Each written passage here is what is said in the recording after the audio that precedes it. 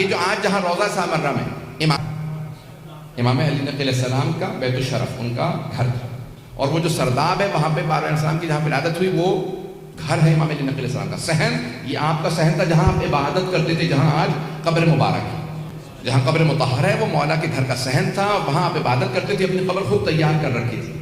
تو متوکل کو کسی نے کہا کہ کوئی جادوگر آیا ہے، قرآن کے اندر ہے ہاروت و ماروت۔ ہاروت و ماروت کا واقعہ سن رکھا ہوگا، نہیں سنا تو پڑھ لیجیے گا۔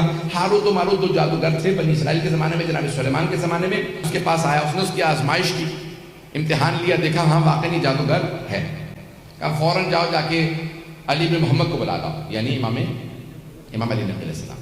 جادوگر سے کہا جب یہ آ جائے نا تو تھوڑا اپنا جادو دکھانا، پتہ چلے انہیں بھی کہ ہمارے پاس جادوگر بھی ہیں۔ اب وہ جو بیچارہ بلانے گیا وہ سوچ رہا تھا پتہ نہیں کوئی بے بس سا امام ہوگا، امام ہو ہی نہیں سکتا بے بس، اور جو بے بس ہو وہ امام نہیں ہوتا، جس کا بس نہ چلے وہ کیسا امام؟ امام بے کس ہو سکتا ہے، بے بس نہیں ہو سکتا۔ ایک مرتبہ وہ چلا، سارے درباریوں سے متوکل نے کہا کہ خبردار کوئی ان کے احترام میں کھڑا نہ ہو، کوئی تعظیم نہ کرے۔ 400-600 افراد، دربار پورا بھرا ہوا تھا، قلعہ موجود ہے، بہت بڑا قلعہ تھا، سب بیٹھے۔ ایک مرتبہ وہ آدمی شہر میں آیا اور شہر کی ایک گوشے میں، ایک کونے میں ایک گھر تھا، کہا یہ علی بن محمد کا گھر ہے۔ دروازے پہ دستک دی، کسی خادم نے دروازہ کھولا، کہا کس سے ملنا ہے؟ کہا علی بن محمد سے کام ہے۔ کہا آؤ لے چلوں۔ کہا سامنے صحن میں دیکھ رہے ہیں وہ جو قبر کے اندر عبادت کر رہے ہیں، رات کے وقت قبر میں عبادت کر رہے ہیں، کہ وہی علی بن محمد ہے۔ سنیں گے نا حضرات، کہ وہ جو قبر میں عبادت کر رہے ہیں وہ علی بن محمد ہے۔ اس نے کہا ہم تو دن میں قبر کے پاس نہیں جاتے، یہ رات میں قبر میں عبادت کرتے ہیں۔ ایک مرتبہ آگے بڑھا، آنے کے بعد امام سے آواز ہے کہ پوچھا انت علی بن محمد، کیا آپ علی بن محمد ہے؟ امام نے کہا میرا ہی نام ہادی ہے۔ ایک مرتبہ کہا آپ کو متوکل نے دربار میں بلایا، اب میں اپنے انداز سے پیش کروں گا، امام کیسے چلے ہوں گے؟ اس نے ایک مرتبہ امام سے کہا آئیے میرے ساتھ چلیں۔ امام نے فوراً قبر سے قدم باہر نکالا، ابا قبا پہن رکھی تھی، ولایت کی قبا اوڑھ رکھی ہوگی، امامت کی ابا لے رکھی ہوگی، سر پہ عصمت کا تاج ہوگا، ہاتھ میں تولا کی تسبیح ہوگی، تورا کا ڈنڈا ہوگا۔ اب امام علیہ السلام چلنے لگے، اس نے کہا میں آپ کو راستہ دکھاؤں؟ امام نے کہا ہادی تیرا نام ہے یا میرا نام؟ ایک مرتبہ امام نے فرمایا کہا میں پھر راستہ جانتا ہوں، دکھانے کی ضرورت نہیں، جو دنیا کو راستے دکھانے آیا ہو وہ ہادی ہوتا ہے، اور جو خود راستے سیکھنے کا محتاج ہو وہ ہادی نہیں ہوتا۔ امام ایک مرتبہ چلے اور اپنے ہی انداز سے چلتے ہوئے دربار پہنچے۔ جیسے ہی دربار متوکل کے آئے تو متوکل نے کہا تھا سب سے کوئی احتراماً کھڑا نہ ہو۔ جیسے امام پہنچے آندھی سی چلنے لگی، خود بخود قلعے کا دروازہ کھلنے لگا، پردہ سر پہ سایہ کرنے لگا، اور سارے درباری خود بخود تعظیم میں کھڑے ہو گئے۔ خود متوکل اپنے تخت پہ کھڑا ہو کے کہہ رہا تھا فرزند رسول تشریف لائیے، یہ آپ ہی کا حق ہے۔ میرے تو وڈیرے بھی کہہ گئے اگر آپ نہ ہوتے تو ہم ہلاک ہو جاتے۔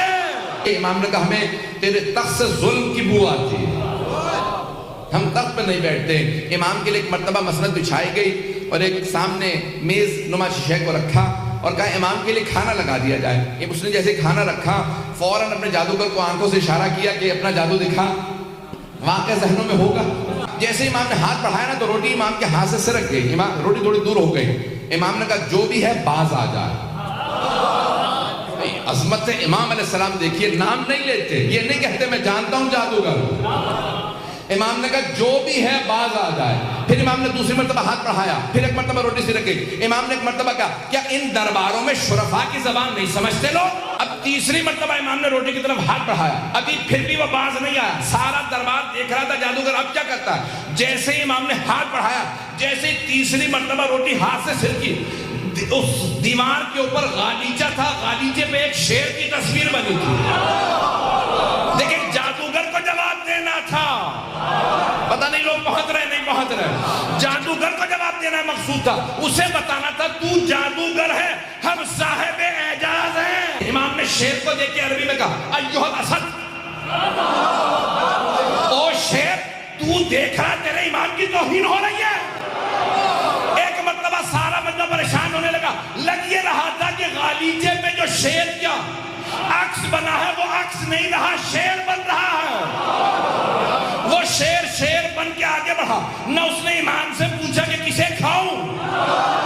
ایک مرتبہ جادوگر کی طرف بڑھا، اسے بغیر خون کا قطرہ گرائے پورا نکل گیا، اور پورا نکلنے کے بعد امام کے سامنے آ کے کھڑا ہوا اور ایک مرتبہ فصیح عربی زبان میں کہا، فرزند رسول اگر آپ اجازت دیں متوکل کو کھا لو۔ متوکل نے ہاتھوں کو باندھا، کہا فرزند رسول اس سے کہیے واپس چلا جا، یہ دوبارہ عکس بن جائے۔ امام نے اشارہ کیا واپس چلا جا، کہا وہ میرا جادوگر تو واپس کر دے، وہ بہت قیمتی تھا، میں ہندوستان سے ہند سے لایا تھا، عربی میں ہندوستان کو ہند کہتے ہیں، کہا میں ہند سے لایا تھا، وہ معمولی نہیں تھا، اس شیر سے کہیں میرا ساحر میرا جادوگر واپس کر دے۔ ساحر عربی میں کہتے ہیں جادوگر کو۔ امام نے کہا جب جناب موسیٰ کا عصا اژدہا بنا تھا، اس نے فرعون کے جادوگروں کی رسیوں کو کھا لیا تھا، لیکن جب جناب موسیٰ نے اٹھایا تو دوبارہ عصا بن گیا۔ جب عصا بنا تو اس نے جادوگروں کی رسیوں کو اگلا نہیں تھا۔ اگر جناب موسیٰ کا عصا واپس کر دیتا تو یہ بھی واپس کر دیتا۔ توجہ فرمائیے ذرا، قرآن میں لکھا وَلَن تَجِدَ فِي سُنَّتِ اللَّهِ تَبْدِيلًا، تم اللہ کی روش میں کبھی تبدیلی نہیں پاؤ گے۔